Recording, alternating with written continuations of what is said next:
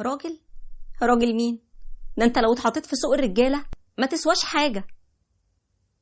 ايوه، انا قلت لجوزي الكلمة دي، وعارفة ومتأكدة ان كتير منكم مش هيتعاطف معايا وهيجي عليا، بس عشان تعرفوا تحكموا كويس بدعوكم تسمعوا الحكاية كاملة ومن البداية.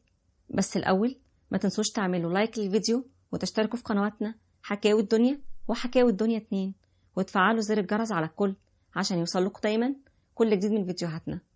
ده لو انت معانا على اليوتيوب، ولو كنت معانا على الفيسبوك لايك وشير وبينا نبتدي.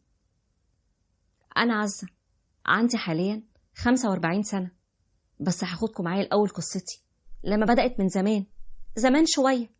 كنت لسه يدوب بنت 17 سنة. عارفين انتوا السن ده سن الشقاوة والدلع، اللي هو بنسميه ما بين قوسين سن المراهقة. البنت بقى حاسة انها كبرت وخلاص بقى في عند وتمسك بالرأي، تقريبا أصعب مراحل العمر. في مرة ماما قالت لي ان احنا هنروح عند تيتا، لبست ونزلت ورحت معاها، وكنا متجمعين فعلا في بيت العيلة، ولقيت كان موجود عندهم قريبة بابا، هي قريبته من بعيد شوية، ومعها أخوها، وهم كانوا من سكان القاهرة. أما أنا بقى كنت من اسكندرية، وكان واضح عليه قوي إنه بيدور على عروسة، وده اللي عرفته بعد كده واتأكدت منه. أصلهم كانوا مرشحين أكتر من بنت، بس من سوء حظي الاختيار وقع عليا أنا للأسف. لكن وقتها ما كنتش شايفة إنها للأسف ولا حاجة، ده أنا كنت أسعد بنت في الدنيا كلها. عريس شيك ولذيذ، ستايله حلو قوي، ما كانش فيه غلطة تقريبا، أصله من عيلة كمان ميسورة الحال. لكن المشكلة بقى جاية أهو، هحكي لكم عليها. أحمد، اسمه أحمد، كان أكبر مني ب17 سنة وشوية كمان. الحكاية بدأت لما كنت قاعدة أنا وماما، ودخل علينا بابا وقال لنا: يا مساء الفل عليكم.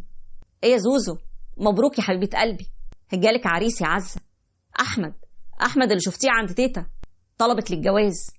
ها بقى يا بنوتي الحلوة اللي كبرت، إيه رأيك؟ طرت من الفرحة، ما ترددتش ثانية، حسيت إن خلاص هي دي فرصتي بقى، فرصتي إن أحس إني كبرت وبتخطب وهتجوز. لكن كان ماما وشها زعلان قوي، كان باين على ملامحها الحزن جدا. حاولت تمنع بابا، حاولت تعترض، حاولت تفهمني أنا قد إيه داخلة على وضع مش هتحمله قدام، لما السنين هتمر بينا وافضل أنا صغيرة ويكبر هو والعمر ياخده. لكن مين؟ ما سمعتش، ما شفتش رأيي غير رأيي، اتجوزت بعد أقل من 6 شهور خطوبة. أصل كانت شقته موجودة وجاهزة وكل حاجة فيها متاحة، مصلها شقة العيلة، شقة مامته وباباه، ولأن كان هو الولد الوحيد اللي فاضل في اخواته فسهلوا له كل حاجة وسابوها له عشان يتجوز فيها بعفشها بكل حاجاتها. يا دوب جاب لي بس أوضة نوم، حتى ما اخترتهاش تعرفوا، ولا اخترت شبكتي، أصله كان خاطب قبلها وما حصلش نصيب، فجاب لي شبكة خطيبته الأولانية. ورغم كل ده أنا كنت مبسوطة قوي، نازلة طالعة بقى معاه، حاسة إن كل اللي حواليا مبهورين بيا إلا ماما زي ما قلت لكم. وفي مرة دخلت عليا وقالت لي: هو أنت موافقة يا عزة؟ موافقة على اللي بيحصل ده؟ في إيه بس يا ماما؟ وهو إيه اللي بيحصل ده؟ كل خير إن شاء الله يا حبيبتي. إيه، مش عاوزة تفرحي بيا ولا إيه؟ فرح إيه يا بنتي؟ هي دي جوازة تفرح؟ ده أكبر منك بكتير قوي، حتى دراستك تعليمك مش هتكمليه، وكمان هتسافري في محافظة تانية بعيدة عني، وكل ده تم وبيتم بسرعة جدا، وتقولي لي أفرح؟ قولي لي كده بقى، هو ده اللي مزعلك يا ست الكل، إني همشي واسيبك؟ لا، أنا مش عاوزاكي تقلقي، أحمد قال لي إني أول ما عاوزة أجيلك هجيلك على طول أشوفك، ملوش لازمة بقى قلقك ده يا ماما. هو ده اللي فهمتيه من كل كلامي، إني أشوفك؟ عموما أنا قلت لباباكي وبقولك أهو دلوقتي، أنا مش موافقة، مش مرتاحة للجوازة دي، من أولها كده لآخرها مش مناسبة ليكي. وزي ما قلت لكم ولا كأني سامعة حاجة، اتجوزت وسافرت، والدنيا كلها كانت حلوة قوي في عينيا. أحمد كان كويس جدا معايا، لدرجة إنه كان بيساعدني حتى في شغل البيت. لكن كان في وسط كلامه ألاقيه يقول لي: عشان أنت لسه صغيرة، في حاجات كتير مش عارفاها، هعملها انا معاكي. كنت اعدي الكلمه عادي، اعتبرها دلع، ويوديني عند ماما وبابا فعلا زي ما كنت عاوزه. كنت شايفه وقتها ان كل دي حاجات بتميزه، بس بعد كده حسيت ان لا، ولا ده قصده ولا دي نيته. احمد كان بيحاول يقلل مني على قد ما يقدر، كان بيهز ثقتي في نفسي، عاوزني دايما احس اني قليله، ولا بعرف ولا هعرف اعمل اي حاجه. واللي زاد وغطى بقى انه كان بيمد ايديه، بيعلمني الادب، ما انا صغيره بقى ومحتاجه تربيه زي ما كان بيقولي. واستمر الوضع وفضل على ده الحال لحد ما خلفت بنت وولد، وبقوا هما كل دنيتي، كل حياتي، وقلت عايش عشانهم بقى. ومرة اتخانقنا جامد قوي، ومش هتصدقوا ان الموضوع وصل لمد الايد. وعشان ايه؟ قال ايه؟ عجبتني اغنية شغلتها وقلت اروح اسمعها عند الشباك، اقعد في هدوء كده وراحة شوية، افصل حبة. وبدل ما اسمع الاغنية سمع بيا انا الدنيا كلها، بدل ما يحاول يفهمني انه اتضايق واني ما قررش كده تاني. لا، اختار الطريقة اللي اختارها معايا في التفاهم، وهي ايديه. وساعتها رحت لبابا وقلت مش هرجع تاني ابدا. انا قلت يا سعيد، انا قلت احنا ما كانش لينا في الجوازة دي ابدا. استني بس، اهدي يا سناء، خليه لما يجي ونتكلم معاه ونشوف هنعمل ايه. بس انا يا بابا مش هرجع تاني ابدا، دايما محسسني اني اقل منه في التفكير، شايفني صغيرة واحدة مش مسؤولة. امال انا كنت بقول ايه يا بنتي من زمان؟ ما انا كل الكلام ده قلته، ولا انت ولا ابوكي سمعتوني. وجاء احمد وقعد اتكلم مع بابا. بص يا احمد، انت لما جيت تتجوز عزة وعدتني انك هتشيلها في عينيك وتراعي فيها ربنا، بس اللي حصل ده ما يرضيش ربنا ابدا. ساعة شيطان يا عمي، واوعدك مفيش اي حاجة من دي هتتكرر تاني. اوعدك هشيلها في عينيا. تاني ايه بس؟ ده ولا تاني ولا تالت، ولا هي ولا امها عندهم استعداد انها ترجع تاني معاك هناك القاهرة. انا ممكن اقنعها انها تديك فرصة، بس على شرط تنقلوا حياتكم كلها هنا في اسكندرية. ازاي بس يا عمي؟ ازاي ده يحصل؟ شغلي والشقة وكل حاجة تخصني هناك في القاهرة، هعيش هنا ازاي بس؟ مفيش مشكلة خالص، بيع شقتك وجيب لك شقة هنا، وليك عليا يا سيدي، انا هكلم لك حبايبي يشوفوا لك شغل كويس. وفعلا احمد سمع الكلام ونقلنا، وبابا حقيقي صدق وجاب له شغل. واحمد لما جينا ننقل ما عرفش حد من اخواته. اي نعم، بعد كده هما لما عرفوا زعلوا منه، بس انا ما همنيش كل ده، المهم اني عملت اللي انا عاوزاه. والسنين عدت وفاتت، كبرت اكتر، وبدأت اعرف انا عاوزه ايه من الدنيا. انا عاوزه اتبسط، عاوزه اعيش الحياه اللي انا بتمناها، اللي انا ما عشتهاش.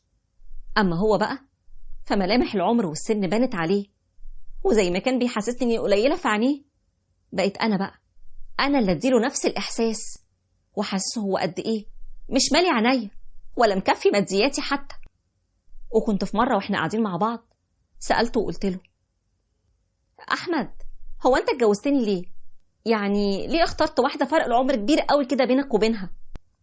ايوه، انا كنت عاوز واحده صغيره تعيشني حياتي وتمتعني بيها على قد ما تقدر، مش نكبر مع بعض وانا يكون ليا احتياجاتي وبص الاقيها خلاص سلمت نمر. سامعين قال لي ايه؟ ايوه، هي دي حقيقتي عنده. كان بيقول لي كده عادي. اكتشفت وقتها انه شخص اناني قوي، ما بيفكرش غير في نفسه. وفي مره كان تعبان شويه، تعب عادي يعني، يومين ويروح لحاله. لقيته بيقول لي: هو انا عزة لو جرالي اي حاجه هتتجوزي تاني من بعدي؟ اتجوز ايه بس يا احمد؟ لا ما تقلقش، اتكل انت على الله بس وسيب الباقي عليا. واضحك، اقعد اضحك واخد الموضوع بهزار، وبقيت على قد ما اقدر استغله ماديا، لدرجه انه مد ايده على عهده عنده في الشغل، ولولا بابا كان زمانه اتاخد كلبوش راح ورا الشمس. وكل ده ولا كان يفرق عندي، اكمل طلبات واقول عاوزه وعاوزه وعاوزه. ما انا عاوزه بقى الاقي العوض اللي يعوضني على اللي انا عايشاه ده. وتعرفوا اني كنت بتبسط بنظرات الاعجاب اللي حواليا من كل الناس شايفاني حلوه وصغيره، بقيت ما بحبش امشي جنبه، بيفتكروه ابويا. وبعد ما كنت بنت 17 اللي بتمشي تتباهى بيه في الشارع، بقيت خلاص مش طايقاه ولا طايقة حتى وجوده معايا. هو عدت الأيام وعيالي اتجوزوا وخلفوا، والناس كلها مش مصدقة إني جدة صغيرة كده. اتقلبت الحدوتة. بعد ما كنت بخاف منه بقيت لأ، أرد وبجح والكلمة بكلمتها ولا يهمني منه. وفي مرة كنت راجعة البيت، راجعة متأخر. ايه يا هانم بره كل ده؟ هو انت كل يوم والتاني عامله لي حجة بنتك وراحة جاية عليها وسايباني هنا لوحدي؟ طب وانا اعمل لك ايه يعني؟ ما انت عارف البنت لسه مخلفة جديد وبتحتاج لي معاها. وعموما انا راجعة مش فايقالك، هو لا عندي دماغ لخناق وصوت عالي. ايه ده يا بيه؟ هو انت ما غسلتش المواعين اللي في الحوض؟ ازاي ارجع الاقي البيت بالمنظر ده والمواعين كمان مش مغسولة؟ وزعق وعلي في صوتي، ولقيته قال لي ما تعليش صوتك بالشكل ده، انا راجل ما اقبلش على نفسي انك تكلميني كده. راجل ايه؟ هو انت لو اتحطيت في سوق الرجاله هتسوى حاجه؟ لا يا احمد بيه، ما تسواش حاجه. انا خلاص ما بقتش طايقاك. هو انت بتعملي كده ليه؟ عاوزه تستفزيني ليه؟ هتتبسطي يعني لما ارجع مد ايدي تاني؟ انا عاوزاك تعمل كده لو تقدر. هو انت بقى فيك حيل ولا فيك صحه لكده اصلا؟ يا شيخ اتلهي كده على جنب. وفضلت وراه استفز فيه على قد ما اقدر لحد ما فعلا وصلت للمراد وحققت هدفي. طلقني احمد، طلقني. وكنت فاكره ان حياتي خلاص هتبقى وردي قوي بعد الطلاق والدنيا هترجع تفتح لي دراعاتها. لكن لا، مش ده اللي حصل. كل الناس وقفت ضدي، قالوا لي كده مش ده كان اختيارك؟ رجع عليه تزعلي وبقيت القويه اللي بتستقوى على راجل كبير، وحشه في عيون كل اللي حواليا. وهي دي النتيجه الطبيعيه، لجواز ما كانش فيه تكافؤ. وعلى فكره انا محمله بابا جزء كبير من غلطي. اصل هو اللي وافق على اول عريس يتقدم لي، مش مرتاح ماديا بقى كده هيطمن عليا. والموضوع ما كانش كده، الموضوع اكبر بكتير من كده. على راي ماما، اختياري لاحمد في الوقت اللي فات تمن هعيش عمري كله ادفعه واكمل فيه حياتي اللي جايه. الجواز اساسه تكافؤ مادي ومعنوي واجتماعي وكل حاجه، وتكافؤ السن وقرب العقليه ده من اهم طرق نجاح الجواز. يا ريت نتعلم ونعرف ولادنا ان الجواز مش يلا جوازه والسلام، لا، ده تأني واختيار بهدوء كده وبالراحه وتحكيم عقل قبل قلب. ويا ريتني لما كنت اخد قرار الطلاق كنت اخده بدري شويه، يمكن كانت تكون لي فرصه كويسه ان اقدر اعيش من تاني حياتي وابداها من اول مع شخص يكون مناسب ليا. لكن دلوقتي انا عايشه حياه ولادي، ابني الكبير اللي بقى في الجيش وعلى وش خطوبه وجواز، وبنتي اللي خلفت وبقت جده. خلاص النهارده انا مضطره اعيش حياتهم مش حياتي. يا عالم بكره في ايه ومستنيني ومخبي لي ايه. بس الاكيد ان الاختيار المبدئي لجوازنا بنعيش عمرنا كله ندفع ثمنه، فاحسنوا الاختيار.